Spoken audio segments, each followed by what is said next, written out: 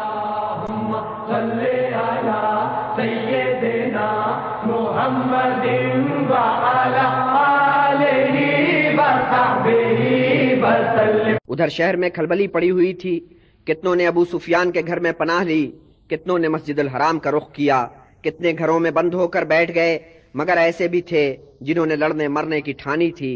اکرمہ، صفوان اور سہیل اس گروہ کے سرغنہ تھے۔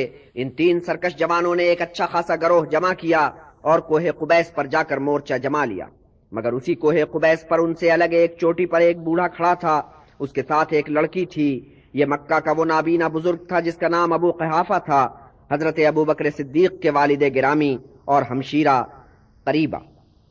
آج صبح جب شہر میں یہ خبر پھیلی کہ مسلمانوں کا لشکر شہر میں داخل ہونا چاہتا ہے تو اس بزرگ نے اپنی بیٹی سے کہا، اے قریبہ، مجھے کوہ قبیس پر لے چل اور جو تیری نظریں دیکھیں وہ مجھے بتا۔ سعادت مند بیٹی نے بوڑھے نابینا باپ کا ہاتھ پکڑا اور چلی کوہ قبیس کی طرف، اور اس گھڑی وہ نابینا بزرگ بیٹی کی آنکھوں سے اس لشکر کی راہ تک رہا تھا جس میں اس کا ایک بیٹا اور دو پوتے شامل تھے۔ باپ نے پوچھا، اے بیٹی بتا تو کیا دیکھ رہی ہے؟ اے پدر بزرگوار، مجھے ایسا نظر آ رہا ہے جیسے کالے کالے دل بادل ہیں کہ ٹھٹکے ہوئے ہیں۔ اے میری بیٹی، یہ دل بادل اصل میں گھڑ سوار ہیں کہ حکم کے منتظر ہیں۔ قریبہ نے تامل کیا، پھر کہا، اے پدر بزرگوار، اب میں یہ دیکھ رہی ہوں کہ بادل پھٹ گئے ہیں اور پھیل رہے ہیں، اور اس طرح سے پھٹے ہیں کہ چار الگ الگ دستے حرکت کرتے نظر آ رہے ہیں۔ تب ابو قحافہ نے کہا، لشکر شہر میں داخل ہوا چاہتا ہے، تو مجھے گھر واپس لے چل۔ اور باپ بیٹی ابھی راہ میں تھے کہ گھڑ سواروں کا لشکر تیزی سے ان کے برابر سے گزرتا چلا گیا، مگر ابو قبیس کی بلندیوں سے اکرمہ، صفوان اور سہیل اپنے جوانوں کے ساتھ اترے اور اس لشکر پہ حلہ بول دیا، مگر حضرت خالد ابن ولید نے جلد ہی حملہ آوروں کا تیا پانچا کر دیا۔ ان کے اپنے 2 مجاہد کام آئے، دشمن کے 30 آدمی مارے گئے۔ اکرمہ اور صفوان نے اپنے اپنے گھوڑوں کو ایڑ دی اور فرار ہو گئے، شہر سے نکلے اور ساحل کی طرف بھاگے۔ سہیل بھاگ کر اپنے گھر میں جا چھپا۔ جب شہر میں حضرت صلی اللہ علیہ وسلم کا ورود ہوا تو جھڑپ تمام ہو چکی تھی، مگر آپ نے یہ دیکھا کہ تلواریں نیاموں سے باہر نکلی ہوئی ہیں۔ اس پر آپ کو تشویش ہوئی۔ آپ نے فرمایا، کیا میں نے تم لوگوں کو قتال سے منع نہیں کیا تھا؟ مگر جب اصحاب نے احوال واقعی آپ کے گوش گزار کیا تو آپ نے فرمایا کہ اس میں بھی اللہ تعالیٰ کی کوئی مصلحت ہوگی۔ حضرت صلی اللہ علیہ وسلم نے دور سے اس سرخ خیمے پر ایک نظر ڈالی جو مسجد الحرام کے قریب ان کے لیے نصب کیا گیا تھا۔ ادھر خیمے میں بی بی ام سلمہ، بی بی میمونہ اور بی بی فاطمہ آپ کی راہ تک رہی تھیں۔ اسی ہنگام بی بی ام ہانی وہاں پہنچی۔ اسلامی آئین نے یہ بات واضح کر دی تھی کہ مسلمان خواتین اور مشرکوں کے درمیان جو بھی شادیاں ہوئی ہیں وہ اب منسوخ ہو چکی ہیں، اور اس کا اطلاق بی بی ام ہانی کی شادی پر بھی ہوتا تھا۔ لیکن بی بی ام ہانی کے 2 سسرالی رشتہ دار ایسے تھے جنہوں نے حضرت خالد ابن ولید کے خلاف لڑائی میں حصہ لیا تھا، اور اب وہاں سے بھاگ کر انہوں نے ان کے گھر آ کر پناہ لی تھی۔ ان 2 میں ایک ابو جہل کا بھائی تھا۔ جب حضرت علی رضی اللہ تعالی عنہ اس بی بی کو سلام کرنے ان کے گھر پہنچے تو انہوں نے ان دونوں کو دیکھ کر تلوار کھینچ لی، مگر بی بی ام ہانی نے ان دونوں پر اپنی چادر ڈال دی اور بولی، اے علی، اس سے پہلے تم مجھے قتل کر دو۔ حضرت علی نے یہ سن کر تلوار نیام میں ڈالی اور خاموشی سے باہر نکل گئے۔ تب ام ہانی نے دروازے میں تالا ڈالا اور حضرت صلی اللہ علیہ وسلم سے اس باب میں بات کرنے کے لیے چلیں۔ جب خیمے میں پہنچی تو بی بی فاطمہ نے ان سے کہا، کیا آپ بت پرستوں کو پناہ دیں گی؟ اتنے میں حضرت صلی اللہ علیہ وسلم تشریف لے آئے۔ آپ نے ام ہانی کی مزاج پرسی کی، اور جب ام ہانی نے آپ کے سامنے اپنے 2 سسرالی رشتہ داروں کا مسئلہ پیش کیا تو آپ نے فرمایا، بی بی، جو تمہاری پناہ میں ہے وہ ہماری پناہ میں ہے۔ پھر آپ نے شکرانے کی نماز پڑھی اور آرام فرمایا۔ 1 گھنٹے کے آرام کے بعد آپ نے اپنی اونٹنی کو طلب کیا، زرہ زیب تن کی، سر پر خود آراستہ کیا اور تلوار کے بجائے ہاتھ میں عصا تھاما اور اونٹنی پر سوار ہو گئے۔ جب خیمے سے باہر برآمد ہوئے تو وہاں کتنے لوگ صف بستہ کھڑے تھے۔ آپ مسجد الحرام کی طرف چلے۔ آپ کے جلو میں یہ پورا جلوس چلا۔ پہلے آپ خانہ کعبہ کے جنوب مشرقی گوشے کی طرف گئے، وہاں حجر اسود کو عصا سے بسد احترام مس کیا اور فرمایا، اللہ اکبر۔ جو لوگ وہاں موجود تھے انہوں نے بھی اللہ اکبر کی آواز بلند کی۔ یہ آواز مسجد الحرام تک گئی، پوری مسجد اور پھر پورا مکہ اللہ اکبر کی آواز سے گونج اٹھا۔ پھر آپ نے خانہ کعبہ کا 7 مرتبہ طواف کیا۔ محمد ابن مسلمہ نے مہار ناقہ تھام رکھی تھی۔ پچھلے حج پر یہ شرف خزرج کے ایک شخص کو ملا تھا، اس مرتبہ بنی اوس کے ایک فرزند کو یہ سعادت نصیب ہوئی۔ طواف کے بعد آپ نے بتوں کا جائزہ لیا، تعداد میں 360 تھے اور خانہ کعبہ کے گردا گرد نصب تھے۔ آپ نے اپنا عصا بلند کیا اور بآواز بلند کہا، جاء الحق وزهق الباطل، اور ایک ایک بت پر عصا مارا، بت ایک ایک کر کے سرنگوں ہوتے چلے گئے۔ یہ کام انجام دینے کے بعد آپ اونٹنی سے اترے اور مقام ابراہیم پر پہنچ کر نماز ادا کی۔ پھر آپ چاہے زمزم پر تشریف لے گئے، وہاں حضرت عباس رضی اللہ تعالیٰ عنہ نے آپ کو پانی پلایا اور بنی ہاشم کو جو حاجیوں کو پانی پلانے کا حق حاصل چلا آتا تھا اس کی توثیق کی۔ اسی اثناء میں حضرت علی رضی اللہ تعالیٰ عنہ کلید کعبہ لے کر آئے اور آن حضرت صلی اللہ علیہ وسلم کی خدمت میں پیش کی۔ حضرت عباس نے درخواست کی کہ خانہ کعبہ کی تولیت بھی انہی کے خاندان کو عطا کی جائے۔ تب آن حضرت نے فرمایا، اے چچا، میں آپ کو صرف وہ دوں گا جس سے آپ کو محروم کیا گیا، وہ نہیں جس کی وجہ سے دوسرے محرومی کا شکار ہو جائے۔ پھر آپ نے بنی عبد الدار کے نمائندے کو طلب کیا، وہ عثمان ابن طلحہ تھے جو خالد ابن ولید اور عمر کے ہمراہ مدینہ میں آپ کی خدمت میں حاضر ہوئے تھے۔ آپ نے کلید کعبہ انہیں عطا کی اور اس طور یہ طے کر دیا کہ کعبہ کے متولی بنی عبد الدار ہی رہیں گے۔ عثمان ابن طلحہ رضی اللہ تعالیٰ عنہ نے مؤدبانہ کلید کعبہ سنبھالی، پھر جا کر خانہ کعبہ کا قفل کھولا۔ رسول پاک صلی اللہ علیہ وسلم خانہ کعبہ میں داخل ہوئے، حضرت بلال اور حضرت اسامہ آپ کے پیچھے پیچھے چل رہے تھے۔ آپ نے تھوڑی دیر خانہ کعبہ کے اندر قیام کیا، پھر حضرت عثمان ابن طلحہ رضی اللہ تعالیٰ عنہ سے کلید لے کر دروازہ کھولا جسے آپ نے داخل ہونے کے بعد بند کرا دیا تھا۔ دروازہ کھول کر باہر آئے، دہلیز میں کھڑے ہوئے اور فرمایا، تعریف اس پروردگار کی جس نے اپنا وعدہ پورا کیا، اپنے بندے کی مدد کی اور قبائل کو سرنگوں کیا۔ اس عرصے میں باہر ایک مجمع جمع ہو گیا تھا۔ اب صرف وہی لوگ نہیں تھے جنہوں نے مسجد الحرام میں پناہ لی تھی، وہ لوگ بھی گھروں سے نکل کر آ گئے تھے جو لشکر اسلام کی آمد کے ہنگام دروازے بند کر کے اپنے گھروں میں بیٹھ گئے تھے۔ حضرت صلی اللہ علیہ وسلم نے ان سے خطاب فرمایا، اے لوگو، اب تم کیا کہتے ہو اور کیا سوچتے ہو کہ میں تم سے کیا سلوک کروں گا؟ ادھر سے جواب آیا، ہمیں آپ سے بہتر سلوک کی توقع ہے۔ آپ شریف النفس اور عالی ظرف ہیں اور شریف النفس اور عالی ظرف باپ کے بیٹے ہیں۔ تب آپ نے فرمایا، اے لوگو، میں تم سے وہی بات کہتا ہوں جو حضرت یوسف نے اپنے بھائیوں سے کہی تھی، آج کے دن تمہاری کوئی سرزنش نہیں، کوئی ملامت نہیں، اللہ تعالیٰ نے تمہیں معاف کیا اور بے شک اللہ تعالیٰ رحم کرنے والوں میں سب سے بڑھ کر رحم کرنے والا ہے۔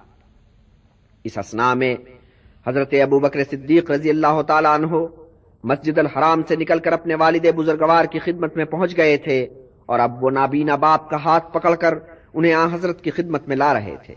پیچھے پیچھے ان کی بہن قریبہ چلی آ رہی تھیں۔ آن حضرت صلی اللہ علیہ وسلم نے ابو قحافہ کو اس طرح آتے دیکھا تو فرمایا، اے ابو بکر، اس مرد بزرگ کو تم بے آرام نہ کرتے تو اچھا ہوتا، میں خود ان کے پاس جاتا۔ حضرت ابو بکر صدیق رضی اللہ تعالیٰ عنہ نے جواب دیا، یا رسول اللہ، گھر جا کر ملنا آپ کے شایان شان نہیں تھا، مناسب یہی تھا کہ میرا باپ آ کر آپ سے نیاز حاصل کرتا۔ حضرت صلی اللہ علیہ وسلم نے ابو قحافہ کے ہاتھ میں اپنا ہاتھ دیا، انہیں اپنے سامنے بٹھایا، کلمہ پڑھنے کی دعوت دی۔ ابو قحافہ نے کلمہ پڑھا اور مشرف باسلام ہو گئے۔ حضرت صلی اللہ علیہ وسلم نے اس کے بعد چند احکام جاری کیے۔ حکم دیا کہ حبل کے ٹکڑے ٹکڑے کر دیے جائیں، سرنگوں تو وہ پہلے ہی ہو چکا تھا، ساتھ ہی حکم دیا کہ سب بتوں کو جلا کر خاک کر دیا جائے۔ اسی کے ساتھ شہر میں اعلان کرا دیا کہ جن گھروں میں بت رکھے ہیں ان گھر والوں کو چاہیے کہ ان بتوں کو توڑ پھوڑ ڈالیں۔ اس کے بعد آپ کوہ صفا پر تشریف لے گئے۔ یہ وہی مقام بلند تھا جہاں سے آپ نے پہلی بار اہل قریش کو خطاب کیا تھا۔ یہاں مکہ کے لوگ قطار اندر قطار آئے، آپ کی اطاعت قبول کی اور مشرف باسلام ہوئے۔ ان میں مرد بھی تھے، عورتیں بھی تھیں۔ عورتوں میں ایک وہ عورت بھی تھی جو منہ پر نقاب ڈال کر آئی تھی۔ اسے اندیشہ تھا کہ قبول اسلام سے پہلے حضرت صلی اللہ علیہ وسلم نے اسے دیکھ لیا تو اس کا سر قلم کرا دیں گے۔ اس نے جرم ہی ایسا کیا تھا۔ وہ یوں مخاطب ہوئی کہ اے اللہ کے رسول، تعریف اس خدا کی جس نے تیرے دین کو غالب کیا، آج میں اس دین کو قبول کرتی ہوں۔ اس اعلان کے بعد اس نے اپنی نقاب الٹ دی، وہ ہندا تھی، ہندا جس نے حضرت امیر حمزہ کا کلیجہ چبایا۔ دوسری عورت جو یہاں آ کر مسلمان ہوئی وہ اکرمہ کی زوجہ ام حکیم تھی۔ جب وہ مسلمان ہو گئی تو پھر اس نے اپنے شوہر کے لیے امان مانگی۔ حضرت نے اس کی درخواست کو قبول کیا، اگرچہ اکرمہ نے ابھی تک ہتھیار نہیں ڈالے تھے۔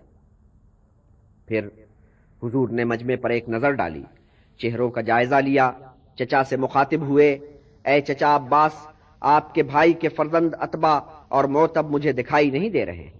عتبہ اور موتب ابو لہب کے بیٹے تھے، اور عتبہ وہ نوجوان تھا جس نے باپ کے دباؤ میں آ کر بی بی رقیہ کو چھوڑ دیا تھا۔ وہ یہاں آنے سے ڈر رہے تھے، کہیں منہ چھپا کر بیٹھ رہے تھے۔ حضرت عباس حضرت کے اشارے پر انہیں لے کر آئے۔ وہ حضرت کی خدمت میں حاضر ہوئے اور اسلام قبول کیا۔ مکہ سے فراغت پا کر حضور مکہ کے نواح کی طرف متوجہ ہوئے۔ یہاں سے بہت قریب نخلا کا مقام تھا جہاں عزا کا بت خانہ تھا۔ حضور نے حضرت خالد ابن ولید کو ہدایت کی کہ جاؤ اور عزا کے بت خانے کو ڈھا دو۔ اس بت خانے کے پروہت کو جب یہ اطلاع ملی تو اس نے اپنی تلوار دیوی کے گلے میں لٹکا دی اور کہا کہ اے دیوی، اب تو اپنی حفاظت آپ کر، یا تو خالد کو ہلاک کر دے یا پھر خدا واحد پر ایمان لے آ۔ حضرت خالد ابن ولید نے بت خانے کو ڈھا دیا، بت کو چکنا چور کر دیا اور مکہ واپس آ گئے۔ حضور نے پوچھا، اے خالد، کیا تجھے وہاں کچھ نہیں دکھائی دیا؟ حضرت خالد ابن ولید نے جواب دیا، یا حضرت، مجھے تو وہاں کچھ بھی نہیں دکھائی دیا۔ حضور نے فرمایا، پھر اے خالد، اس کا مطلب یہ ہے کہ تو نے اسے ختم نہیں کیا ہے، واپس جا اور اسے ہلاک کر۔ حضرت خالد ابن ولید رضی اللہ تعالیٰ عنہ واپس اس مقام پر پہنچے اور انہوں نے دیکھا کہ بت خانے کے ملبے میں سے ایک عورت برآمد ہوئی ہے، مادرزاد برہنہ، کالی بھجنگ، لمبے لمبے الجھے بکھرے بال۔ خالد نے اسے دیکھا تو ان کے جسم میں خوف سے تھرتھری دوڑ گئی، مگر پھر فوراً ہی سنبھل گئے، نعرہ مارا، اے عزا، تیری پرستش کے دن لد گئے، یہ کہہ کر تلوار کا وار کیا اور اس کے ٹکڑے کر دیے۔ مکہ واپس آ کر حضرت خالد ابن ولید نے اپنا کارنامہ حضرت کے حضور بیان کیا اور پھر یوں عرض کیا، تعریف کرتا ہوں میں اس خدا کی جس نے ہمیں تباہ ہونے سے بچا لیا۔ میں اپنے باپ کو دیکھا کرتا تھا کہ کس طرح وہ 100 اونٹ اور بھیڑے لے جا کر عزا کو بھیٹ چڑھاتا تھا، وہاں معبد میں 3 دن قیام کرتا اور پھر واپس آ کر خوشی مناتا کہ اس نے اپنا فریضہ انجام دے دیا۔ مکہ کے کم و بیش سبھی لوگ اب اسلام قبول کر چکے تھے، مگر 3 شخص سخت ہڈی کے نکلے، سہیل، صفوان اور اکرمہ، مگر رفتہ رفتہ یہ تینوں بھی نرم پڑتے چلے گئے۔ پہلے سہیل کی قوت مزاحمت نے جواب دیا، اس نے اپنے بیٹے عبداللہ کو حضرت کی خدمت میں بھیجا اور جان کی امان مانگی۔ حضور نے فرمایا، سہیل اللہ کی امان میں ہے۔ تب سہیل کے گھر میں بند ہو کر بیٹھا تھا باہر نکلا، مگر ابھی اسے اسلام قبول کرنے میں تامل تھا۔ صفوان نے سمندر پار جانے کی ٹھانی تھی، اس کے بھائی عمیر نے عین وقت پر پہنچ کر اسے کشتی سے اتارا اور کہا کہ میں نے تیرے لیے 2 ماہ کی مہلت حاصل کر لی ہے، مگر صفوان کو یقین نہیں آ رہا تھا کہ اسے حضور کی طرف سے کسی قسم کی رعایت مل سکتی ہے۔ عمیر پھر حضرت کی خدمت میں پہنچا اور حضرت نے امان کی نشانی کے طور پر اپنا ماما اسے بھجوایا۔ تب اسے اعتبار آیا اور خود حضرت کی خدمت میں حاضر ہوا اور وہ یوں گویا ہوا کہ اے رسول، عمیر نے مجھے بتایا کہ اگر میں اسلام قبول کر لوں تو پھر میں امان پاؤں گا، اگر ایسا نہ کیا تو میرے لیے بس 2 ماہ کی مہلت۔ حضور نے فرمایا، اے صفوان، تیرے لیے 4 ماہ کی مہلت ہے، اس عرصے میں سوچ سمجھ لے اور اطمینان سے مکہ میں دن گزار۔ سب سے آخر میں اکرمہ حضرت کی خدمت میں حاضر ہوا، مگر اس نے اسلام ان دونوں سے پہلے قبول کیا۔ اس نے منصوبہ یہ باندھا تھا کہ کشتی میں بیٹھ کر حبشہ کی طرف نکل چلو، مگر جب وہ کشتی میں بیٹھنے لگا تو کشتی کے کپتان نے کہا کہ اے اکرمہ، میں نے اس مقصد سے کہ سفر بخیر و عافیت گزرے ہر مسافر کے لیے شرط رکھی ہے کہ وہ خدا واحد کا اقرار کرے پھر جہاز میں بیٹھے، تو پہلے تو کلمہ پڑھ اور پھر جہاز میں بیٹھ۔ کپتان نے عجیب طرح سے یہ بات کہی، لا الہ الا اللہ کے الفاظ اکرمہ کے روح میں اتر گئے، مگر اس کے ساتھ ہی اسے یہ خیال آیا کہ اگر مجھے خدا واحد کی وحدانیت کا اقرار ہی کرنا ہے تو جہاز میں بیٹھ کر کیوں کروں، اسی سے بچنے کے لیے تو میں یہاں سے بھاگ رہا تھا۔ سو وہ جہاز پر بیٹھ کر اتر آیا۔ ادھر اس کی زوجہ بھی آن پہنچی اور بتایا کہ رسول پاک کی طرف سے تجھے امان مل گئی ہے۔ سو مکہ واپس چل۔ اکرمہ واپس مکہ گیا اور آن حضرت کی خدمت میں پہنچ کر مسلمان ہو گیا۔ اہل قریش کی قلب ماہیت ہو چکی تھی، کیسے کیسے کافر نے کلمہ پڑھا اور مسلمان ہو گیا۔ اب مکہ مسلمانوں کا شہر تھا، مگر بنی حوازن اپنے ہٹ پہ قائب تھے۔ جب انہوں نے یہ سنا کہ عزا کا بت خانہ ڈھا دیا گیا ہے تو انہیں اندیشہ ہوا کہ عزا کے بعد لات کی باری آئے گی۔ انہوں نے بیڑا اٹھایا کہ سر دھڑ کی بازی لگائیں گے مگر لات کے بت خانے پر آنچ نہیں آنے دیں گے۔ بس انہوں نے لڑائی کی تیاریاں شروع کر دیں۔ حضرت کو مکہ میں ابھی ایک پندرواڑہ گزرا تھا۔ ادھر طائف کے شمال میں اتنے عرصے میں بنی حوازن نے 20,000 کا لشکر تیار کر لیا۔ حضور نے جب یہ سنا تو بنی حوازن کی سرکوبی کے لیے نکل کھڑے ہوئے۔ بنی عبد شمس کے ایک شخص کو مکہ کے اختیار سپرد کیا اور خود پورا لشکر لے کر طائف کی سمت روانہ ہوئے۔ اب اس لشکر میں 2,000 قریش بھی شامل ہو گئے تھے۔ بنی حوازن مقابلے کے لیے کمریں کس رہے تھے۔ بنی حوازن کے جن قبیلوں نے اس مہم میں شرکت کی وہ تھے بنی ثقیف، بنی نصر، بنی جشم، بنی سعد ابن بکر۔ لشکر کا سالار بنی نصر کا ایک جوان تھا جس کا نام مالک تھا۔ ویسے تو ابھی وہ 30 کے سن میں تھا، لیکن تھا مرد جری، دور دور تک اس کی جرأت و ہمت کا ڈنکا بجتا تھا۔ اس نے یہ حکم جاری کیا کہ لشکری اپنے مویشیوں اور بیوی بچوں کو لے کر محاذ جنگ کی طرف چلیں۔ بزرگوں نے اس اقدام کی مخالفت کی تھی، مگر مالک کا موقف یہ تھا کہ بیوی بچے اور مویشی ساتھ ہوں گے تو لڑنے والے جان توڑ کر لڑیں گے۔ مالک نے 3 مخبروں کو بھیجا کہ جاؤ اور مکہ سے چلنے والے لشکر کا بھید لے کر آؤ۔ یہ مخبر جب واپس آئے تو ان کے چہروں کے رنگ فق تھے اور اڑے ہوئے تھے۔ انہوں نے کہا کہ اے مالک ابن عوف، ہم نے دیکھا کہ سفید براق مردان دلیر ابلقی گھوڑوں پر سوار ہے۔ دوسرا بولا، اے مالک ابن عوف، وہ زمین کی مخلوق تو لگتے نہیں تھے، ہم نے انہیں دیکھا اور جانا کہ ہمارا مقابلہ کسی آسمانی مخلوق سے آ پڑا ہے۔ مالک ابن عوف نے انہیں بزدل ٹھہرایا اور انہیں نظر بند کر لیا اس اندیشے سے کہ کہیں ایسی باتیں کر کے وہ لشکر میں بددلی نہ پھیلا دیں۔ پھر اس نے اپنی دانست میں ایک مرد جری کو مخبری پہ مامور کیا، مگر وہ بھی حواس باختہ واپس آیا اور کہا کہ انہیں تو دیکھ کر خوف آتا ہے۔ مالک ابن عوف پر ان بیانات کا کوئی اثر نہ ہوا۔ اس نے لشکر کو کوچ کا حکم دیا، ہدایت یہ کی کہ وادی حنین میں پہنچنا ہے۔ اسے یقین تھا کہ مسلمانوں کا لشکر اس راہ سے گزرے گا۔ وادی حنین میں پہنچ کر اس نے ایسے مقام پر لشکر کو ٹھہرنے کا حکم دیا جہاں سے آگے راستہ نشیب میں جاتا تھا اور جس کے دونوں طرف گھاٹیاں پھیلی ہوئی تھیں۔ ان گھاٹیوں میں سے کچھ گھاٹیاں خاص وسعت رکھتی تھیں، وہ اوپر سے تو نظر آتی تھیں لیکن نیچے سے دیکھنے پر بالکل دکھائی نہیں دیتی تھیں۔ ان میں سے ایک گھاٹی میں مالک نے اپنا گھڑ سواروں کا رسالہ چھپا دیا، انہیں ہدایت کی کہ جب میں اشارہ کروں تو دشمن پر ٹوٹ پڑنا۔ باقی لشکر نے گھاٹی کے دہانے کے قریب مورچہ قائم کر لیا۔ مسلمانوں کا لشکر قدم بڑھاتا، جوش و خروش دکھاتا وادی میں داخل ہوا۔ وادی میں جب وہ داخل ہوا ہے تو ابھی صبح کی سفیدی نمودار نہیں ہوئی تھی، ابھی آسمان بھی ابرآلود تھا، سو اچھا خاصا اندھیرا تھا۔ حضرت خالد ابن ولید کا رسالہ ہراول دستہ تھا، اس دستے میں اور سواروں کے علاوہ بنی سلیم کے شہ سوار بھی شامل تھے۔ اس کے پیچھے مکہ والوں کا رسالہ چل رہا تھا۔ حضرت صلی اللہ علیہ وسلم لشکر کے قلب میں تشریف رکھتے تھے، آپ دلدل پر سوار تھے۔ انصار اور مہاجرین کا دستہ آپ کے جلو میں تھا، مگر آپ کے آس پاس سب آپ ہی کے قبیلے کے مردان دلیر تھے۔ آپ کے چچیرے بھائی عبداللہ اور ابو سفیان ابن حارث، چچا عباس کے 2 بڑے بیٹے فضل اور قطام، اور ابو لہب کے 2 بیٹے۔ عقب میں ان مکیوں کا دستہ تھا جنہوں نے ابھی اسلام قبول نہیں کیا تھا۔ حضرت خالد ابن ولید کا رسالہ وادی میں جب اتر گیا تو اچانک صبح کے دھندلکے میں بنی حوازن کے لشکر سے آنکھیں چار ہوئیں۔ دیکھا کہ سامنے بلندی پر ایک بڑا لشکر سفارا ہے اور آگے کی راہ مسدود ہے۔ ابھی حضرت خالد ابن ولید سوچ ہی رہے تھے کہ اب کون سی فوجی چال چلنی چاہیے کہ ادھر مالک نے گھڑ سواروں کو اشارہ کیا اور وہ بجلی کی تیزی سے گھاٹی سے نکلے اور مسلمانوں پر ٹوٹ پڑے۔ حملہ اتنا اچانک اور اتنا قیامت خیز تھا کہ بنی سلیم کے شہ سواروں کے قدم اکھڑ گئے، مکیوں کی صفوں میں بھی انتشار پھیل گیا۔ یہ جوان جس راہ سے آئے تھے اس راہ واپس ہوئے۔ اسلامی لشکر میں ابتری پھیلی ہوئی تھی، صفیں الٹ پلٹ تھیں، مجاہدوں کے قدم اکھڑے ہوئے تھے، گھوڑوں کا ہنہنانا، اونٹوں کا بلبلانا بس قیامت صغریٰ کا نقشہ تھا۔ اس قیامت کے بیچ رسول پاک صلی اللہ علیہ وسلم ستون کی مثال اپنے مقام پر جمے کھڑے تھے۔ جانثاروں نے آپ کو حلقے میں لے رکھا تھا۔ حارث کے بیٹے ابو سفیان نے دلدل کی باغ تھام رکھی تھی۔ حضور نے بھاگنے والے رفقا کو پکارا، مگر شور اتنا تھا کہ کان پڑی آواز سنائی نہیں دیتی تھی۔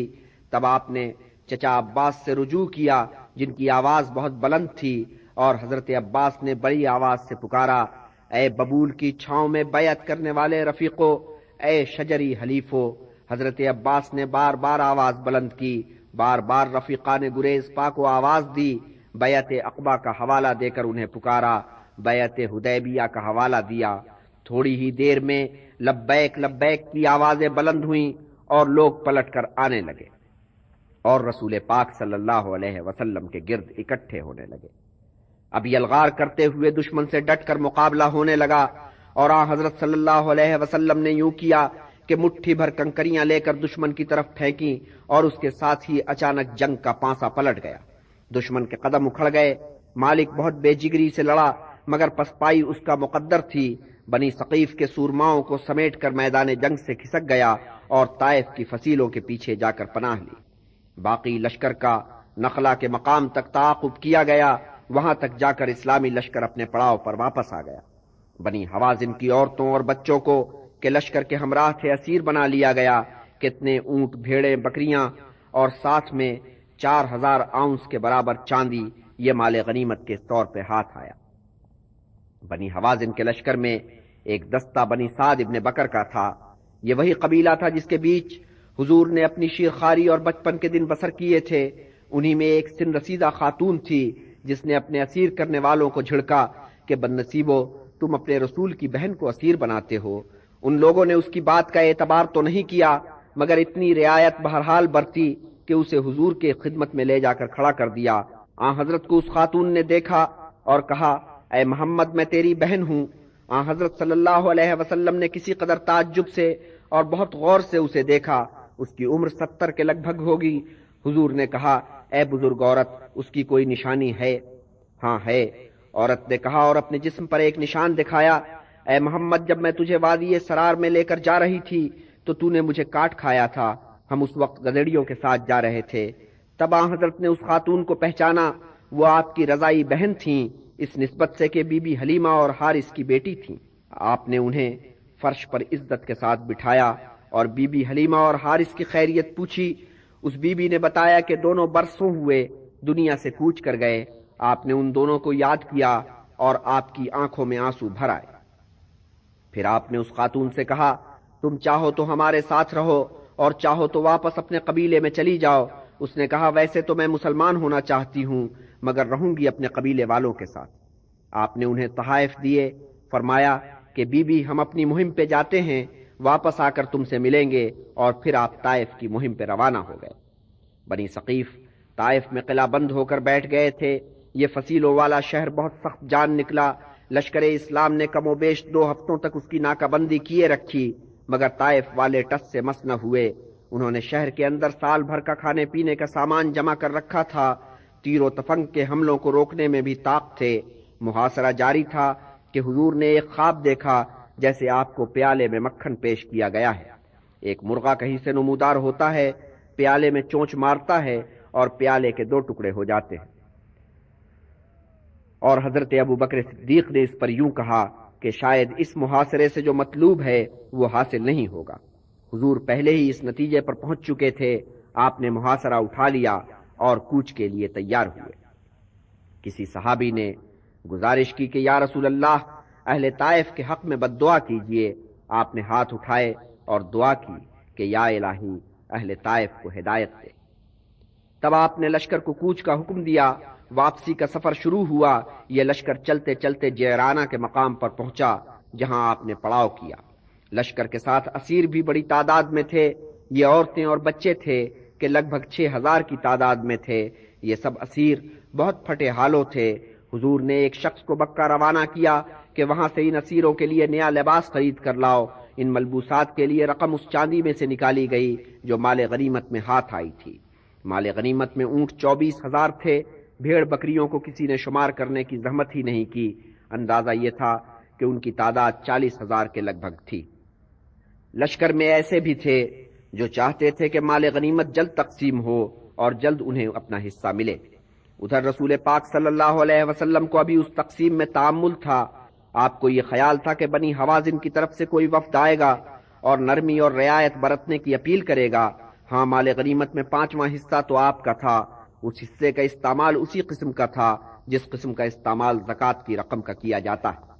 اس کی تقسیم میں آپ نے دیر نہیں کی اور اب اس مال سے حصہ پانے والوں میں ایک اور گروہ کا اضافہ ہو گیا تھا۔ یہ وہ لوگ تھے جن کے لیے وحی اتری تھی کہ ان کی دلجوئی کی جائے۔ یہ اہل قریش تھے جنہوں نے اپنی پرانی دنیا کو برباد ہوتے دیکھا اور وقت نے انہیں اسلام قبول کرنے پر مجبور کیا۔ حضرت نے ان لوگوں کے ساتھ فیاضی برتی اور دل کھول کر ان کے لیے حصہ لگایا۔ ابو سفیان کو آپ نے 100 اونٹ عنایت کیے۔ ابو سفیان نے اپنا حصہ وصول کرنے کے بعد کہا کہ یا حضرت، میرے بیٹے یزید اور معاویہ کے حصے کہاں ہیں؟ انہیں آپ نظر انداز نہ فرمائیں۔ آپ نے 100 اونٹ ان دونوں کے لیے مختص کیے۔ اس طرح ابو سفیان کو 300 اونٹ ملے۔ جب آپ نے بی بی خدیجہ کے بھانجے حکیم کو 100 اونٹ عطا کیے تو انہوں نے بھی 300 اونٹوں کا حصہ مانگا۔ آپ نے 200 اونٹ مزید عطا کیے، مگر ساتھ یہ بھی فرمایا کہ جو شخص محض اپنے نفس کو موٹا کرنے کے خیال سے یہ مال وصول کرے گا وہ خدا کی رحمت سے محروم رہے گا۔ یہ کلام سن کر حکیم نے 200 اونٹ واپس کر دیے اور 100 اونٹوں پر قناعت کر لی۔ اسی ذیل میں ان لوگوں کو بھی شمار کیا گیا جو اسلام قبول کرنے پر مائل تھے مگر ابھی انہوں نے قطعی فیصلہ نہیں کیا تھا۔ ان میں سے کئی ایک کو 100 اونٹ دیے گئے۔ ان لوگوں میں صفوان اور سہیل خاص طور پر قابل ذکر ہیں۔ یہ دونوں جنگ حنین میں مسلمانوں کی طرف سے لڑے تھے، اور جب ایک نو مسلم مکی نے مسلمانوں کے قدم اکھڑنے پر بغلیں بجائیں تو صفوان نے اسے یہ کہہ کر جھڑک دیا کہ اگر کسی کو مجھ پر سرداری ہی کرنی ہے تو وہ بنی حوازن میں سے کیوں ہو، اہل قریش میں سے کیوں نہ ہو۔ اور جب حضرت مال غنیمت کا جائزہ لے رہے تھے تو صفوان آپ کی حضوری میں تھا۔ جائزہ لیتے ہوئے آپ نے ایک چراگاہ کا معائنہ کیا جہاں اونٹوں اور بھیڑ بکریوں کے گلے بڑی تعداد میں چرتے پھر رہے تھے۔ صفوان نے للچائی نظروں سے چراگاہ کو دیکھا۔ حضور نے صفوان کی للچائی نظروں کو بھانپا اور پوچھا، اے صفوان، تجھے یہ چراگاہ کیسی لگی؟ صفوان نے کہا، سبحان اللہ، کیا شاد آباد چراگاہ ہے۔ تب آپ نے فرمایا، اے صفوان، یہ چراگاہ اپنے اونٹوں، بھیڑوں اور بکریوں سمیت تیری ہوئی۔ اس پر صفوان پھڑک اٹھا، بے ساختہ بولا، اتنا سخی، اتنا فیاض پیغمبر کے سوا اور کوئی نہیں ہو سکتا، سو میں اقرار کرتا ہوں اس ایک خدا کے سوا اور کوئی خدا نہیں ہے، اور یہ کہ آپ خدائے برتر کے رسول ہیں۔ اسی مقام پر سہیل کی قلب ماہیت ہوئی۔ خلوص نیت کے ساتھ انہوں نے کلمہ پڑھا اور مسلمان ہو گئے۔ کتنے اور لوگ بھی یہیں جیرانہ کے مقام پر مشرف اسلام ہوئے۔ ابو جہل کے 2 بھائی، خالد کے سوتیلے بھائی ہشام، جہانی ولید کے سگے بھائی، اور حضرت کی پھوپھی عاتکہ کے دوسرے بیٹے زہیر۔ اب کئی دن گزر گئے تھے، لشکر یہاں پڑاؤ ڈالے پڑا تھا اور بنی حوازن کی طرف سے کسی قسم کی سلسلہ جنبانی نہیں ہوئی تھی۔ تب حضرت صلی اللہ علیہ وسلم نے مال غنیمت کی تقسیم شروع کی۔ جس کا جتنا حصہ بنتا تھا وہ اسے عطا کیا، مگر ادھر مال غنیمت کی تقسیم کا کام پورا ہوا اور ادھر بنی حوازن کا وفد آ پہنچا، اور وفد بھی ایسا ویسا نہیں تھا، اس میں آپ کے رضائی باپ حارث کے بھائی بھی شامل تھے۔ اس وفد میں جو لوگ شامل تھے ان میں سے 40 آدمی تو پہلے ہی اسلام قبول کر چکے تھے، باقیوں نے اب اسلام قبول کر لیا۔ ان لوگوں نے حضرت سے تقاضا کیا کہ ہمارے قبیلے نے آپ کی پرورش کی ہے، آپ نے اس قبیلے کی ایک ماں کا دودھ پیا ہے، سو ہم سب آپ کے رضائی بھائی ہوئے، اس بنیاد پر ہم آپ سے اچھے سلوک کی امید رکھتے ہیں، آپ ہمیں ہماری اولاد اور ہماری ازواج واپس دلوائیں۔ حضور نے فرمایا، اے لوگوں، ان میں سے جو عورتیں اور بچے میرے حصے میں اور بنی عبد المطلب کے حصے میں آئے ہیں، سمجھو کہ وہ تمہیں واپس مل گئے۔ باقی جو اسیر دوسروں کے حصے میں چلے گئے ہیں ان کے متعلق میں تمہیں مشورہ دیتا ہوں کہ آج جب ظہر کی نماز ہو تو تم وہاں موجود رہنا اور نماز کے بعد اپنی درخواست سب کے سامنے پیش کرنا۔ ان لوگوں نے ایسا ہی کیا۔ نماز ظہر کے بعد حضرت کی خدمت میں اپنی درخواست پیش کی۔ حضور نے لوگوں سے مخاطب ہو کر فرمایا، اے مسلمانوں، یہ لوگ اپنے بیوی بچوں کی واپسی کے لیے التجا کر رہے ہیں، تم اس باب میں کیا کہتے ہو؟ مہاجرین و انصار نے حضور کی خواہش کو جانا اور بلا تعامل اپنے اپنے حصے کے اسیر آپ کے حوالے کر دیے۔ قبائل میں سے بھی بعض نے ایسا ہی کیا، مگر بعض نے اپنے حصے کے اسیر واپس کرنے سے انکار کر دیا۔ انہیں سمجھایا بجھایا گیا کہ آئندہ کسی موقع پر تمہارے اس نقصان کی تلافی کر دی جائے گی۔ اس اطمینان کے بعد انہوں نے بھی اپنے حصے کے اسیر واپس کر دیے۔ بس ایک نوجوان خاتون رہ گئی جو آپ کے خالہ زاد بھائی سعد کے حصے میں آئی تھی۔ اور وہ اس سے جدا ہونے پر آمادہ نہیں تھی۔ حضور نے اپنی رضائی بہن کو اس موقع پر مزید اونٹ، بھیڑیں اور بکریاں نظر کیں اور عزت کے ساتھ رخصت کیا۔ جب یہ وفد رخصت ہو رہا تھا تو آپ نے مالک کا حال چال پوچھا۔ لوگوں نے بتایا کہ وہ طائف میں بنی ثقیف سے جا ملا ہے۔ آپ نے فرمایا کہ اسے پیغام دو کہ اگر وہ مسلمان ہو جائے اور میرے پاس آئے تو میں اس کے اہل خاندان اور اس کے مال و متاع کو اس کے حوالے کر دوں گا، بلکہ 100 اونٹ بھی اسے دوں گا۔ اصل میں حضرت نے نہ تو مالک کے مال و متاع کو مال غنیمت میں شمار کر کے تقسیم کیا تھا اور نہ اس کے بیوی بچوں کو کسی کے حوالے کیا تھا، بلکہ اپنی پھوپھی عاتقہ کی نگرانی میں دے دیا تھا۔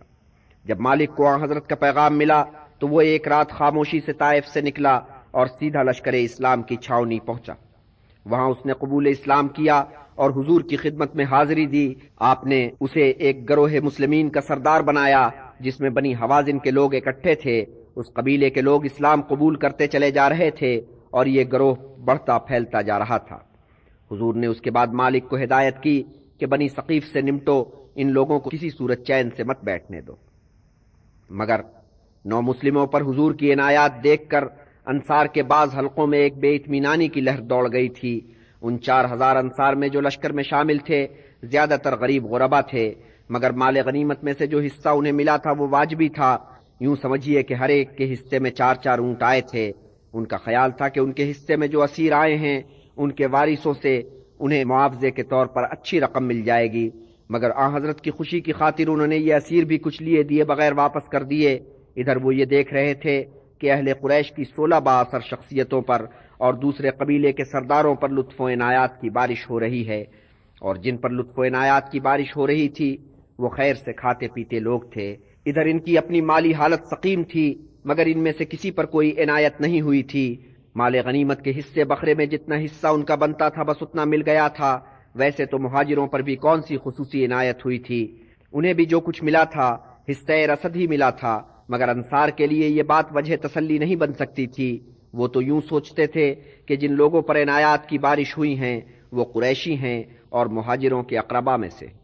انصار کے حلقوں میں محرومی کا احساس جب بہت بڑھ چلا تو حضرت سعد ابن عبادہ رضی اللہ تعالی عنہ حضور کی خدمت میں پہنچے اور انصار کے رد عمل سے آپ کو آگاہ کیا۔ حضور نے سوال کیا، اے سعد، خود اس باب میں تو کیا کہتا ہے؟ سعد نے جواب دیا، یا رسول اللہ، میں بھی آخر انہی لوگوں میں سے ہوں۔ تب حضور انصار کے پاس تشریف لے گئے اور یوں خطاب فرمایا، اے گروہ انصار، میں نے سنا ہے کہ تم مجھ سے کبیدہ خاطر ہو۔ میں تم سے پوچھتا ہوں کہ کیا ایسا نہیں ہے کہ تم گمراہ تھے اور اللہ تعالیٰ نے تمہیں ہدایت دی؟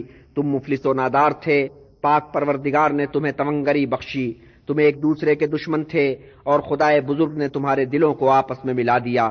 بے شک یہ درست ہے، بے شک اللہ تعالیٰ رحیم و کریم ہے اور اس کے رسول کے ہم پر بہت احسانات ہیں۔ انصار نے جواب دیا۔ حضور نے فرمایا، اے گروہ انصار، تم چاہو تو تم مجھے پلٹ کر اس بات کا جواب بھی دے سکتے ہو۔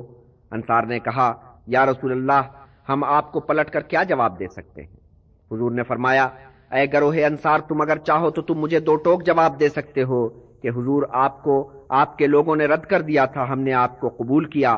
آپ بے یار و مددگار تھے، ہم نے آپ کی حمایت و امداد کی۔ آپ کو آپ کے لوگوں نے نکال باہر کیا تھا، ہم نے آپ کو سر آنکھوں پر بٹھایا۔ آپ بے سہارا تھے، ہم نے آپ کو سہارا دیا اور دلجوئی کی۔ سو اگر تم یہ کہو گے تو یہ بات ایسی غلط نہیں ہوگی، میں خود اس کی توثیق کروں گا۔ مگر اے گروہ انصار، کیا تم مال دنیا کے لیے ملال کر رہے ہو؟ میں نے اس مال سے آنے والے لوگوں کی دلجوئی کرنی چاہی تھی کہ شاید اس طور ان کی تالیف قلب ہو جائے اور وہ خلوص نیت سے اللہ کی اطاعت کریں۔ تم پر میں نے یہ سوچ کر اعتماد کیا تھا کہ ان کے پاس تو دین کی دولت ہے۔ اے میرے انصار، کیا تم اس پر مطمئن نہیں ہو کہ یہ لوگ تو اپنے ساتھ اونٹ اور بھیڑ بکریاں لے کر جائیں گے اور تم اپنے ساتھ خدا کے رسول کو لے کر گھروں کو لوٹو گے؟ خدا کی قسم، اگر باقی سب لوگ ایک راہ پر جائیں اور انصار دوسری راہ پر جائیں تو میں انصار والی راہ پر جاؤں گا۔ خدائے رحیم و کریم انصار پر اپنی رحمتیں نازل کرے اور ان کے بیٹوں پر اور ان کے بیٹوں کے بیٹوں پر۔ انصار نے یہ خطبہ سنا اور وہ روئے، اور وہ اس شدت سے روئے کہ ان کی داڑھیاں آنسوؤں سے تر ہو گئیں۔ پھر انہوں نے ایک زبان ہو کر کہا، ہمارے لیے خدا کا رسول بہت ہے، یہی ہمارا حصہ ہے، یہی ہمارا مقدر۔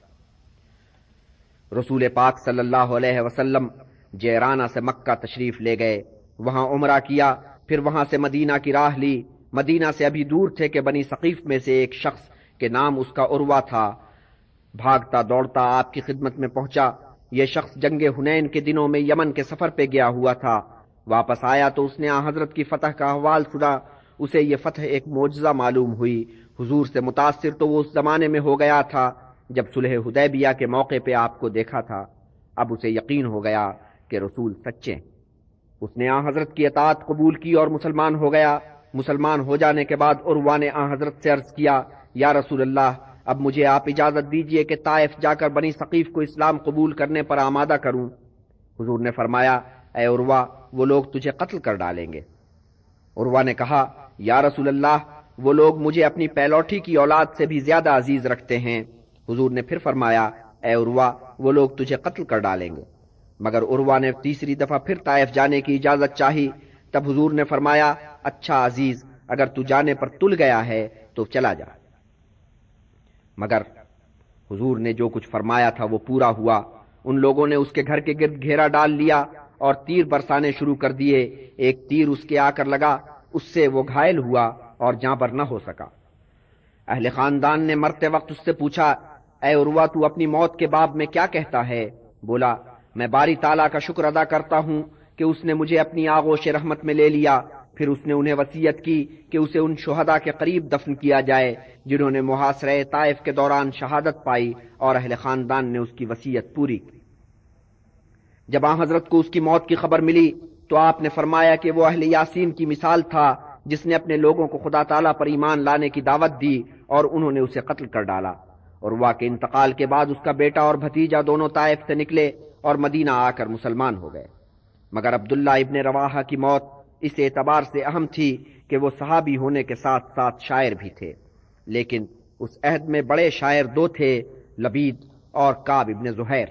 اگرچہ کعب کے خاندان والے بالعموم مسلمان ہو گئے تھے، مگر کعب کو اسلام سے للہی بغض تھا۔ اس نے آن حضرت کے خلاف حجویہ نظمیں بھی لکھی تھیں۔ اس وقت کسی کے سمجھائے کا اس پر اثر نہیں ہوا، مگر جب فتح مکہ کے بعد لوگ جوق در جوق مسلمان ہوئے تو اس نے دیکھا کہ اس کے گرد حلقہ تنگ ہوتا جا رہا ہے۔ وہ بھاگم بھاگ مدینہ پہنچا اور اسلام قبول کر لیا۔ پھر دوسرے دن مسجد میں پہنچ کر صبح کی نماز میں جا شریک ہوا۔ نماز کے بعد آن حضرت کی خدمت میں حاضر ہوا اور کہا، یا رسول اللہ، اگر کعب ابن زہیر مسلمان ہو جائے اور آپ کی خدمت میں حاضر ہو کر اپنے گناہوں سے توبہ کرے اور بے شک میں اسے معاف کر دوں گا۔ یہ سن کر اس نے کہا، پھر یا رسول اللہ سمجھ لیجئے کہ یہ بندہ عاصی ہی کعب ابن زہیر ہے۔ ایک انصار نے یہ سن کر تلوار کھینچ لی اور بولے، یا رسول اللہ، آپ اجازت دیجئے، میں ابھی اس کا سر قلم کرتا ہوں۔ حضور نے فرمایا، نہیں عزیز، اسے کچھ مت کہو، اب پہلے والا کعب ابن زہیر نہیں ہے، اس نے توبہ کر لی۔ اور اب رسول پاک کے گھر میں ایک نئی پیدائش کے آثار تھے۔ حضرت ماریہ پورے دنوں سے تھیں، اور بی بی سلمہ جنہوں نے بی بی فاطمہ کی ولادت کے وقت حضرت بی بی خدیجہ کی زچہ گیری کی تھی، اب ایک معمر خاتون تھیں۔ بی بی فاطمہ اب 25ویں برس میں تھیں، اور بی بی سلمہ کو اصرار تھا کہ اب بھی زچہ گیری وہی کریں گی۔ سو جب پیدائش کا وقت قریب آیا تو وہ خانہ ماریہ میں منتقل ہو گئیں۔ وہ رات کا مبارک پہر تھا جب رسول اکرم کے گھر میں ولادت ہوئی۔ چاند سا بیٹا پیدا ہوا۔ ادھر جبریل امین آسمانوں سے اتر کر آئے اور رسول پاک کو ابو الابراہیم کہہ کے مخاطب کیا، اور ادھر بی بی سلمہ نے اپنے شوہر ابو رافع کو حضور کی خدمت میں دوڑایا۔ انہوں نے جا کر بیٹے کی پیدائش کی خوشخبری سنائی، اور حضرت صلی اللہ علیہ وسلم نے صبح ہوئے پر اصحاب کو یہ مجدہ سنایا اور ساتھ فرمایا، میں نے بیٹے کا نام اپنے باپ کے نام پر ابراہیم رکھا ہے۔ مدینہ میں اس مبارک پیدائش پر بہت خوشیاں منائی گئیں، اور مدینہ کی بیبیوں کے بیچ ایک نیا مسئلہ کھڑا ہو گیا۔ مسئلہ یہ تھا کہ اس بچے کی رضائی ماں بننے کا شرف کسے حاصل ہوگا۔ مدینے کی کون سی بیوی تھی جس کے دل میں یہ تمنا نہیں جاگی اور جس نے یہ امید نہیں باندھی، مگر قرۂ فال ایک لوہار کی نیک بخت بیوی کے نام نکلا۔ اتفاق سے یہ نیک بخت مدینہ کے اس علاقے میں جہاں حضرت ماریہ کی رہائش تھی ان کے گھر کے قریب ہی رہتی تھیں۔ حضور کا بھی یہ معمول ٹھہرا کہ روز وہاں تشریف لے جاتے اور نور نظر کا دیدار کرتے۔ رسول پاک صلی اللہ علیہ وسلم نے مکہ سے واپسی کے بعد مدینہ میں 6 ماہ اس طرح بسر کیے کہ یہاں سے کسی سفر کی مہم پہ نہیں نکلے۔ ہاں چند مہمات کا بندوبست ضرور کیا۔ ایک مہم حضرت علی رضی اللہ تعالیٰ عنہ کی سربراہی میں روانہ کی۔ یہ مہم بنی طے کے خلاف روانہ کی گئی تھی جن کا علاقہ مدینہ کے شمال مشرق میں واقع تھا، اس سے پہلے بھی حضرت علی کو ایک مہم تفویض کی گئی تھی۔ اس مہم کا مقصود یہ تھا کہ منات کے بت خانے کو مسمار کیا جائے۔ یہ بت خانہ بحیرہ احمر کے کنارے پر آباد تھا۔ حضرت علی رضی اللہ تعالیٰ عنہ یہ مہم لے کر گئے اور بت خانے کو ڈھا کر واپس آئے۔ دنیائے عرب میں بڑے بت خانے 3 تھے، لات، منات اور عزا کے بت خانے۔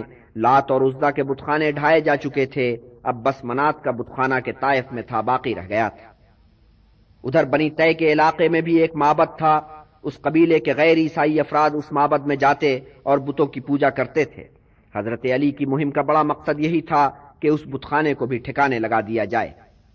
جاننا چاہیے کہ بنی طے وہی قبیلہ ہے جس سے حاتم طائی کو نسبت تھی اور جس کا وہ سردار تھا۔ حاتم مذہباً عیسائی تھا، اس کا بیٹا بھی عیسائیت کا پابند رہا اور حاتم کے انتقال کے بعد قبیلے کا سردار بنا۔ جب حضرت علی رضی اللہ تعالیٰ عنہ نے اس قبیلے پر چڑھائی کی تو عدی اپنے اہل خاندان کو ساتھ لے کر فرار ہو گیا، مگر اس کی ایک بہن ساتھ جانے سے رہ گئی، سو وہ اسیر ہو گئی۔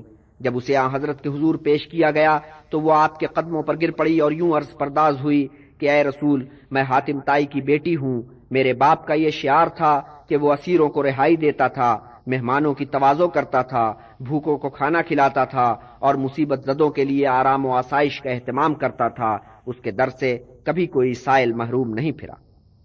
رسول پاک صلی اللہ علیہ وسلم نے فرمایا، اس بی بی کو رہا کر دو، اس کا باپ نیکی اور شرافت کا دلدادہ تھا، اللہ تعالیٰ ایسے لوگوں کو عزیز رکھتا ہے۔ اسی اثنا میں اس قبیلے کا ایک شخص اس کی رہائی کی اپیل کرنے کے لیے آن پہنچا۔ حضرت نے اس بی بی کو ایک اونٹ اور چند دوسرے تحائف دے کر اس شخص کے ساتھ رخصت کیا۔ یہ بی بی یہاں سے رخصت ہو کر اپنے بھائی کے پاس پہنچی اور اسے مدینہ جانے پر آمادہ کیا۔ بی بی کی باتوں نے اثر کیا، عدی مدینہ آیا اور اسلام قبول کر لیا اور حضرت صلی اللہ علیہ وسلم سے وفاداری کا حلف اٹھایا۔ حضرت نے اس کی سرداری کو بحال کر دیا۔ اب عدی پھر اپنے قبیلے کا سردار تھا اور حضرت کا وفادار۔ انہی مہینوں میں حبشہ سے خبر آئی کہ شاہ نجاشی کا انتقال ہو گیا۔ حضرت صلی اللہ علیہ وسلم نے نماز کے بعد نمازیوں سے خطاب کیا اور یوں فرمایا کہ اے لوگو، آج کا دن افسوس کا دن ہے کہ ایک راست باز شخص دنیا سے اٹھ گیا، سو اٹھو اور اس کے لیے دعائے مغفرت کرو۔ پھر آپ نے اس کی غائبانہ نماز جنازہ پڑھائی اور حبشہ سے آنے والوں نے بتایا کہ وہاں لوگوں نے یہ دیکھا ہے کہ اس راست باز بادشاہ کی قبر سے مستقل ایک روشنی پھوٹ رہی ہے۔ جنگ حنین کے تھوڑے ہی دنوں بعد کا یہ واقعہ ہے کہ شہنشاہ ہرقل نے صلیب کی شبیہ کو یروشلم میں بحال کیا۔ اس طرح گویا بازنطینیوں کو اہل فارس پر مکمل فتح حاصل ہو گئی۔ اس کے نتیجے میں اہل فارس کو شام اور مصر دونوں ملکوں سے اپنے لشکر ہٹانے پڑے۔ مسلمانوں کے لیے اس فتح میں یہ خوشی کا پہلو تھا، لیکن شام کے معاملے میں یہ ہوا کہ ایک خطرے کا قلاقمہ ہوا تو دوسرا خطرہ سر پہ منڈلانے لگا۔ اب تو بس ایک اسی طرف سے اسلامی مملکت کو خطرہ باقی رہ گیا تھا۔ مدینہ میں طرح طرح کی افواہیں اڑ رہی تھیں۔ ایک افواہ یہ تھی کہ ہرقل نے مدینہ پر حملہ کا منصوبہ باندھا ہے اور اس خاطر اس نے اپنے لشکریوں کو 1 سال کی پیشگی تنخواہ ادا کر دی ہے کہ یہ مہم طول کھینچے گی۔ ایک افواہ یہ اڑی ہوئی تھی کہ بازنطینی لشکر چل پڑا ہے اور مارا مار کرتا بلقاء کے مقام تک پہنچ چکا ہے، وہاں اس نے مختلف عرب قبیلوں کو اپنے ساتھ ملا لیا ہے۔ ان افواہوں کی کیفیت یہ تھی کہ بعض کی حیثیت ایک مبالغہ آمیز خبر کی تھی اور بعض حقائق کے یکسر خلاف تھیں، مگر ایک واقعہ عجیب گزرا جس کا بہت کم لوگوں کو پتا تھا۔ اہل فارس سے جنگ کے دنوں میں ہرقل نے خواب دیکھا کہ شام کے طول و عرض میں ایک شخص کے نام کا ڈنکا بج رہا ہے۔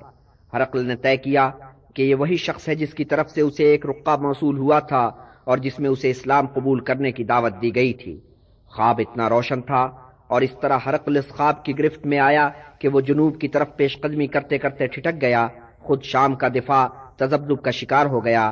ہرقل نے اپنے سالاروں کے سامنے یہ تجویز رکھی کہ رسول اللہ کے ساتھ ایک معاہدہ کیا جائے، شام کا علاقہ ان کے حوالے کر دیا جائے، اس شرط کے ساتھ کہ وہ اس کی شمالی سرحدوں سے آگے قدم نہ بڑھائیں۔ سالاروں کے سامنے جب یہ تجویز رکھی گئی تو وہ دنگ رہ گئے۔ انہوں نے اس تجویز کی اتنی سختی سے مخالفت کی کہ شہنشاہ کو اسے ترک کرنا پڑا، مگر خواب بدستور اس کے دل و دماغ پہ چھایا رہا۔ ادھر حضور صلی اللہ علیہ وسلم کو یقین کامل تھا کہ شام کی راہیں لشکر اسلام کی منتظر ہیں، سو آپ نے بازنطینیوں سے 2 ہاتھ کرنے کا عزم باندھا اور ایک بڑا لشکر آراستہ کرنا شروع کر دیا۔ آگے تو آپ مہمات کے سلسلے میں رازداری برتا کرتے تھے، مگر اس بار آپ نے ڈنکے کی چوٹ مہم کا اعلان کیا، مکہ کی طرف اور حلیف قبائل کی طرف قاصد بھیجے اس پیغام کے ساتھ کہ اپنے مسلح آدمی اور گھڑ سوار بھیجو، ہمیں شام کی مہم درپیش ہے۔ یہ سن 630 عیسوی کا واقعہ ہے۔ اکتوبر کا مہینہ تھا، گرمی کے دن تھے، اس برس بارشیں نہیں ہوئی تھیں، اس لیے گرمی معمول سے بہت زیادہ تھی۔ جہاد سے جان چرانے والوں کے لیے ایک یہ وجہ بھی بہت تھی، پھر پھلوں کے پکنے کا موسم بھی آن لگا تھا، پھلوں نے بھی ان لوگوں کے دامن کو پکڑ لیا۔ پھر رومی لشکر کا روب و داب، بس یہ مختلف وجوہ اکٹھی ہو گئیں، کتنے ہی لوگ جن میں منافق پیش تھے جہاد میں شریک نہ ہونے کے بہانے تراشنے لگے۔ 4 راسخ العقیدہ مسلمان بھی تھے جو ٹالتے رہے، حتیٰ کہ لشکر کوچ کر گیا اور وہ پچھتاتے رہ گئے۔ بدوی قبائل میں سے بھی کتنے لوگ کنی کاٹ گئے۔ خیر مسلمانوں کی اکثریت جہاد کے لیے کمر بستہ تھی، مگر سچے اور کھرے مسلمان جوق در جوق آ رہے تھے اور لشکر میں شامل ہو رہے تھے۔ صاحب مقدرت مسلمان لشکر کے اخراجات کے لیے رقم نظر کر رہے تھے۔ سب سے بڑھ چڑھ کر حضرت عثمان غنی رضی اللہ تعالی عنہ نے رقم نظر کی، مگر اس کے باوجود لشکر بڑا تھا اور اس کے اخراجات کے لیے رقم تھوڑی تھی۔ بہت سے مجاہدوں کو واپس گھر بھیجنا پڑا، اس لیے کہ ان کے لیے گھوڑے مہیا نہیں تھے۔ ان کا دل ٹوٹ گیا اور آنکھوں میں آنسو بھر آئے۔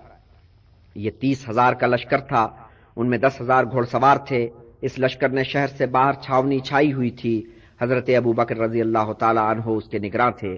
جب لشکر کیل کانٹے سے لیس ہو گیا اور ساری تیاریاں مکمل ہو گئیں، تب رسول مقبول نے اس لشکر کی کمان سنبھالی اور کوچ شروع ہوا۔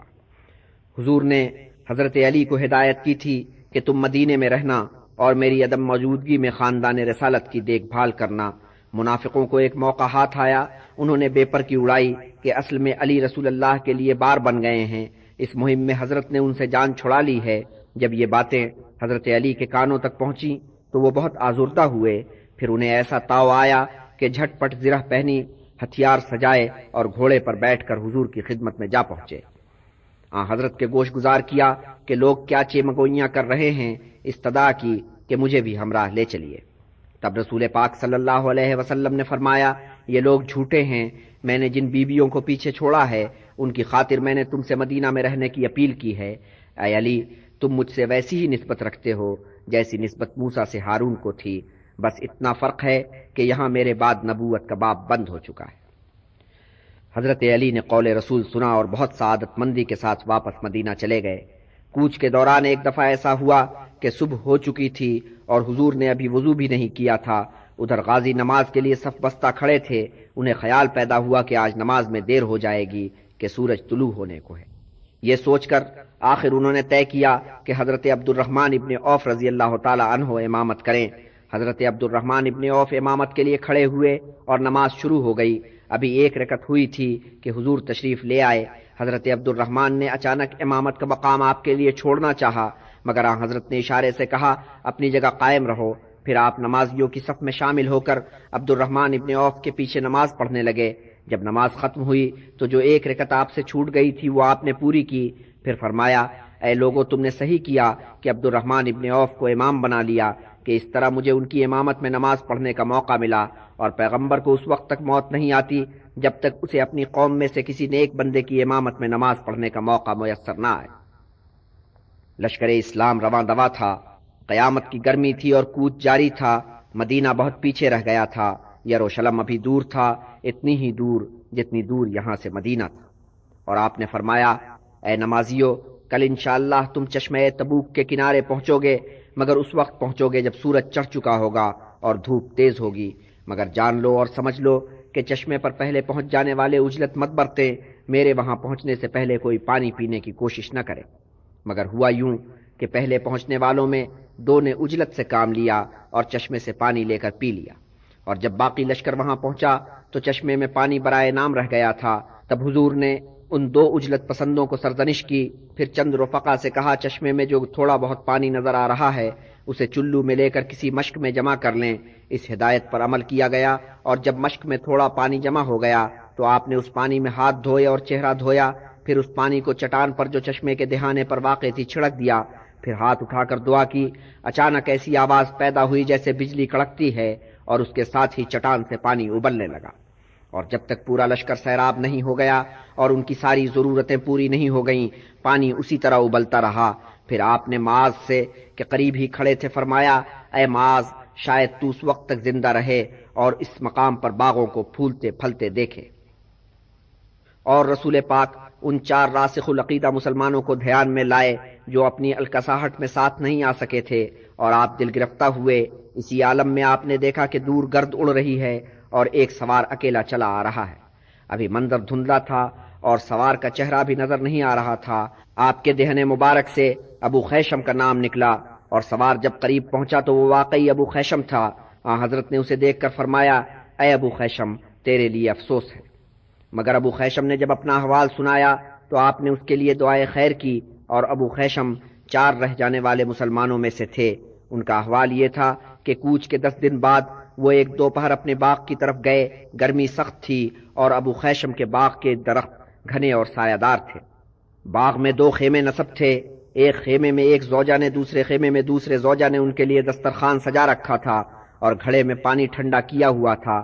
ابو خیشم نے ایک خیمے میں داخل ہوتے ہوتے سجا ہوا دسترخوان اور پانی سے بھرا ہوا گھڑا دیکھا اور ٹھٹک کر کھڑے ہو گئے۔ پھر یوں بولے کہ اللہ کے رسول سفر میں ہیں، راہیں دھوپ سے تپ رہی ہیں اور لو چل رہی ہے، اور یہاں خیشم باغ کی ٹھنڈی ہوا میں ہے۔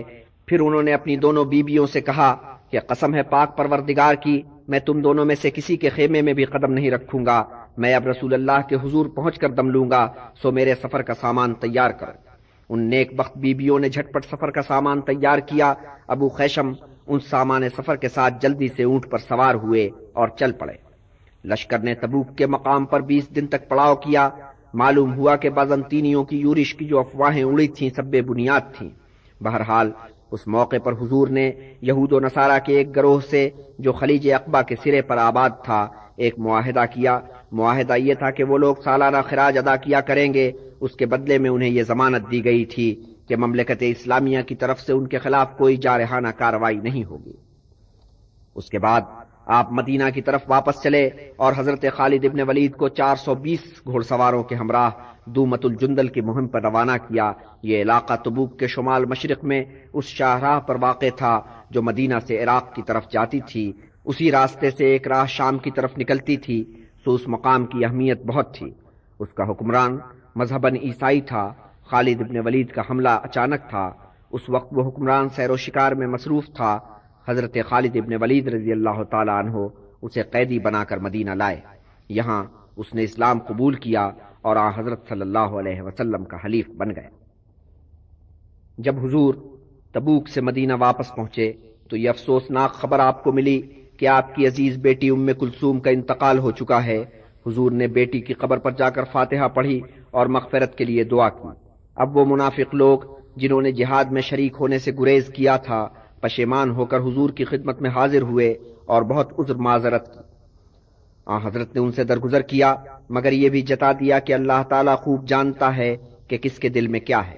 پھر ان 4 مسلمانوں کا مقدمہ پیش ہوا جنہوں نے ٹال مٹول کی اور مہم میں شامل نہیں ہوئے۔ خیر ان میں سے ایک بندہ خدا یعنی ابو خیشم تو بعد میں لشکر سے جا ملے تھے، باقی رہ گئے 3۔ ان کے متعلق حضور نے یہ ارشاد فرمایا، ان کا معاملہ اللہ کے ہاتھ میں ہے، جب تک ادھر سے ان کی بخشش نہیں ہوتی تب تک کوئی مسلمان ان سے بات چیت نہ کرے۔ یہ 3 مسلمان 50 دن تک سب مسلمانوں سے الگ تھلگ دن گزارتے رہے۔ سب نے ان سے قطع تعلق کر لیا تھا۔ 50ویں دن وحی نازل ہوئی جس میں ان کی معافی کی بشارت تھی۔ حضور نے بعد نماز مسجد میں یہ خوشخبری سنائی، مسلمان خوش ہوئے اور جا کر انہیں یہ خوشخبری سنائی۔ اور اب طائف کا احوال یوں تھا کہ بنی حوازن کا سردار مالک قبول اسلام کے بعد نہ خود چین سے بیٹھا نہ اہل طائف کو چین سے بیٹھنے دیا۔ بنو ثقیف کو بہت غرہ تھا کہ ان کا شہر سیسا پلائی ہوئی دیوار ہے، اسے کوئی تسخیر نہیں کر سکتا۔ اب صورت یہ تھی کہ چاروں طرف دور و نزدیک مسلمانوں کی آبادیاں تھیں۔ یہ شہر ان کے نرغے میں تھا۔ یہاں سے جو کارواں جایا کرتے تھے اب وہ غیر محفوظ تھے، بلکہ اب تو ان کے اونٹ اور بھیڑ بکریاں بھی چراگاہوں میں اطمینان سے چر نہیں سکتے تھے۔ مالک نے ان کا ناطقہ بند کر رکھا تھا۔ اس کے آدمی طاق میں رہتے تھے کہ ان کے جانور چراگاہوں میں آئیں اور وہ ان پر چھاپا مارے۔ اس مرد خدا نے ان لوگوں کو خبردار کر دیا تھا کہ اگر تم نے بت پرستی سے توبہ نہ کی تو تمہارا جو آدمی میرے ہتھے چڑھے گا میں اسے موت کے گھاٹ اتار دوں گا۔ آخر بنی ثقیف نے گھٹنے ٹیک دیے. ان کا ایک وفد حضور کی خدمت میں پہنچا، گزارش کی کہ ہم اسلام قبول کرنے کے لیے تیار ہیں، ہمیں یہ ضمانت دی جائے کہ اس کے بعد ہمارے لوگوں، ہمارے جانوروں اور ہماری جائیدادوں کو کوئی نقصان نہیں پہنچایا جائے گا. حضور رمضان کے اوائل میں تبوک سے واپس آئے تھے. رمضان ہی کے مہینے میں طائف سے یہ وفدان پہنچا. ان کی خاطر تواضع کی گئی. مسجد الحرام کے قریب ہی ان کے لیے ایک خیمہ نصب کیا گیا. جان و مال کے تحفظ کی جو ضمانت انہوں نے مانگی تھی وہ تو بلا تکلف دے دی گئی. وہ ضمانت انہیں ملنے ہی تھی، کیونکہ یہ طے چلا آتا تھا کہ جو لوگ مسلمان ہو جائیں گے ان کا تحفظ مملکت اسلامیہ پر لازم ٹھہرے گا. لیکن وفد نے کچھ اور شرطیں بھی پیش کیں. ایک شرط انہوں نے یہ پیش کی کہ لات کے بت کو 3 سال تک کوئی نقصان نہ پہنچایا جائے. حضور نے یہ شرط ماننے سے انکار کر دیا. انہوں نے شرط کو نرم کیا اور میعاد کو 2 سال کر دیا، پھر 1 سال پر آ گئے اور آخر میں 1 مہینے کی مہلت مانگی. مگر حضرت نے لات کے سلسلے میں کوئی بھی رعایت دینے سے صاف انکار کیا. آخر انہوں نے یہ گزارش کی کہ ہمیں اپنے ہاتھوں سے لات کو مسمار کرنے پر مجبور نہ کیا جائے. حضور نے ان کی اس درخواست کو قبول کر لیا. انہوں نے 5 وقتہ نماز سے استثناء کی بھی درخواست کی تھی، وہ منظور نہیں کی گئی. تو جب یہ وفد واپس جانے لگا تو حضرت نے عروہ کے بھتیجے مغیرہ کو لات کو مسمار کرنے کے لیے ان کے ہمراہ کر دیا. ساتھ میں ابو سفیان کو بھی بھیجا گیا کہ تمہیں مغیرہ کا اس کام میں ہاتھ بٹانا ہے. جب یہ بدھ ڈھایا جا رہا تھا تو طائف کے گھروں میں صف ماتم بچھی ہوئی تھی. طائف کی عورتوں نے بہت بین کیے، بہت گریہ وزاری کی. طائف کے گھٹنے ٹیکنے پر 2 شخصوں نے بہت ماتم کیا، اور یہ دونوں شخص نہ تو طائف کے باشندے تھے نہ لات کے پرستار تھے. ان میں ایک تو حنظلہ کا باپ ابو عامر تھا اور دوسرا حضرت امیر حمزہ کا قاتل وحشی تھا. جب حضرت مکہ میں داخل ہوئے تھے تو یہ دونوں بھاگ کھڑے ہوئے تھے اور یہ سوچ کر طائف میں پناہ لی تھی کہ اس شہر کا مسلمان کچھ نہیں بگاڑ سکیں گے. اب ابو عامر تو بھاگ کر شام کی طرف نکل گیا. وحشی اس حیث بحث میں تھا کہ کیا کرے کیا نہ کرے. بنی ثقیف کے ایک شخص نے اسے یہ سجھائی کہ سیدھے سباؤ مسلمان ہو جا، جو مسلمان ہو جاتا ہے اسے پھر رسول اللہ کچھ نہیں کہتے. وحشی سیدھا مدینہ پہنچا اور حضرت کے حضور جا کر کلمہ پڑھ لیا. ایک مسلمان نے اسے پہچانا اور دعائی دی کہ یا رسول اللہ یہ وحشی ہے. حضرت نے ارشاد فرمایا، ہوا کرے ہزاروں کافروں کے قتل کے مقابلے میں ایک شخص کا مسلمان ہو جانا میرے نزدیک زیادہ پسندیدہ بات ہے. مگر پھر حضرت کی نظریں اس شخص کے سیاہ چہرے پہ جم گئیں. اے شخص، کیا تو سچ مچ وحشی ہے؟ حضور نے پوچھا. ہاں یا رسول اللہ، وحشی نے جواب دیا. پھر بیٹھ اور بیان کر کے تو نے کیوں میرے چچا حمزہ کو ہلاک کیا؟ حضور نے پوچھا. وحشی مؤدب ہو بیٹھا اور پورا واقعہ بیان کیا، اور جب وہ بیان کر چکا تو حضرت نے تامل کیا. پھر ارشاد فرمایا، افسوس ہے اے وحشی، میرے سامنے سے دور ہو جا اور پھر کبھی مجھے اپنی صورت مت دکھانا. اب ابن ابی کا احوال سنو کہ ابو عامر کا چچیرا بھائی تھا. تبوک کے بعد وہ شخص بیمار پڑ گیا اور ایسا بیمار پڑا کہ بستر سے نہیں اٹھا. آخری وقت میں اس پر کیا عالم تھا اس بارے میں مختلف روایات ہیں. ایک روایت یہ کہتی ہے کہ رسول پاک جب اس کی عیادت کے لیے گئے تو آپ نے یہ دیکھا کہ موت کے خیال نے اس کے اندر ایک تبدیلی پیدا کر دی. اس نے حضرت سے التجا کی کہ آپ اپنے لباس میں سے کچھ کپڑا عنایت کیجئے کہ میں اس میں کفنایا جاؤں اور آپ میرے جنازے کے ساتھ قبر تک جائیے. حضور نے اس کی اس خواہش کو منظور کیا. اس نے پھر التجا کی، یا رسول اللہ، میں یہ امید رکھتا ہوں کہ آپ میرے حق میں دعائے خیر کریں گے اور میرے گناہوں کی بخشش کے لیے خدا سے دعا کریں گے. یہ روایت اختلافی ہے، مگر اس سے کسی نے اختلاف نہیں کیا کہ حضرت نے اس کی نماز جنازہ پڑھائی اور تدفین کے بعد اس کے لیے دعائے مغفرت کی. ایک روایت کے مطابق حضرت عمر نے اس وقت جب آپ نماز جنازہ پڑھانے کے لیے کھڑے ہوئے آپ کو ٹوکا تھا اور آپ نے جواب میں ارشاد فرمایا کہ اے عمر، تم بھی میرے پیچھے کھڑے ہو جاؤ. یہ ہجرت کا 9واں برس تھا اور اس برس کو وفود کا برس کہنا چاہیے. بنی ثقیف کا وفد بارش کا پہلا قطرہ تھا، پھر تو وفدوں کا تاتا بن گیا. کہاں کہاں سے وفد آئے، خیر سگالی کے پیغامات لائے، قبول اسلام کے سندیسے آئے. کچھ وفد یمن کے مختلف علاقوں سے آئے.